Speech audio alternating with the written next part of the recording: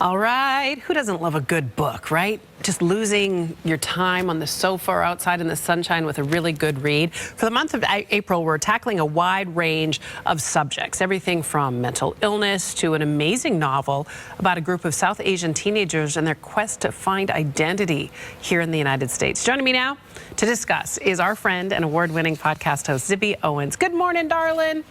Good morning, Michaela. How are you? Oh, I just love getting to chat with you about books, and there's been so many. I mean, man, the pandemic had people writing. And reading, by the way. I feel like people are reading more than ever. Right, absolutely. I want to actually show you one that I was tipped off to.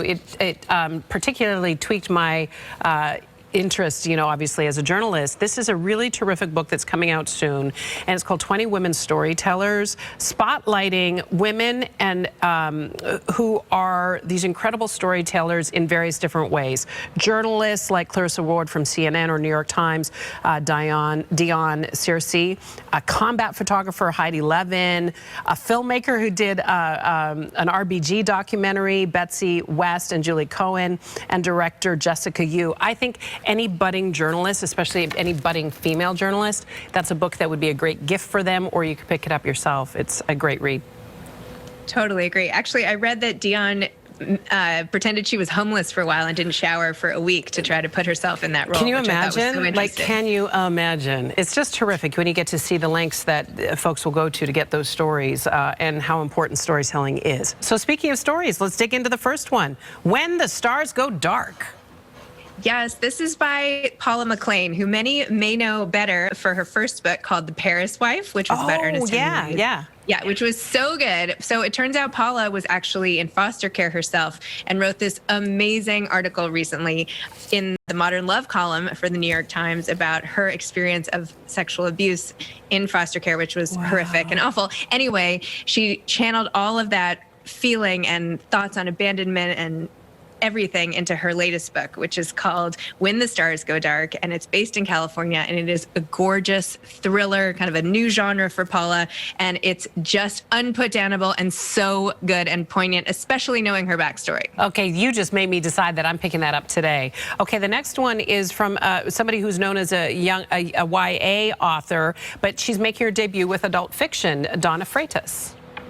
Yes, no longer just a YA author. Donna Freitas' new book, The 9 Lives of Rose Napolitano, is perfect for anyone who, like me, tends to debate things. Should I do this? Should I do that? I don't know. Are you like that, Michaela? I can be. Yes, I can be. So this is like 9 different outcomes for the same thing. Oh, Should she have a kid? Should she adopt a kid? Should she do this? Should she do that? And so like each sliding life... doors. It's like Sliding Doors, which is like my favorite movie. So it's like 9 different alternatives of how she can live her life, which is so interesting.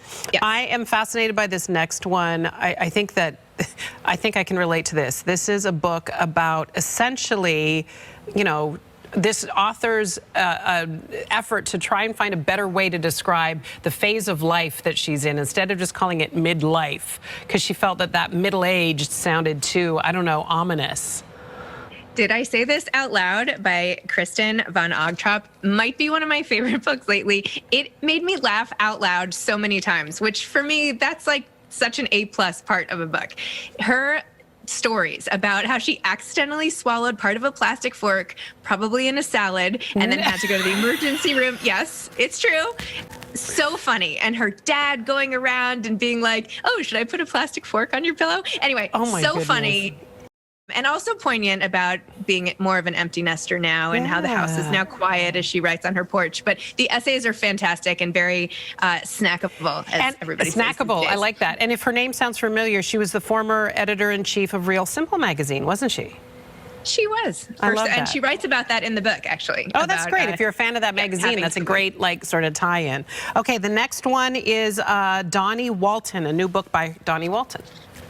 Yes, and this was so well written that I didn't even realize that the fictitious narrator was not a real person, because in the beginning, Sunny says that she's going to go on this search for the backstory of this and accompany everybody on a tour for this singing group. Anyway, it's amazing. It came with little tickets, which I thought were so cute, and it's a fantastic, really, really great read about what happens with Opal and Nev as they go on this musical journey across the country and all of the associations conversations with that. It's really, really great and told from many points of view with all these interviews, and it's going to be an amazing audiobook. It's going to be oh, that's a good one for a road trip. Pop that in. And especially when you say that you almost couldn't believe that the characters weren't real. That's a very good selling feature. All right, next up, the title of this makes me think it's Everything is Not Fine. The title is called Everything is Fine, and this is the one that is delving into the sibling's examination of his brother's mental illness.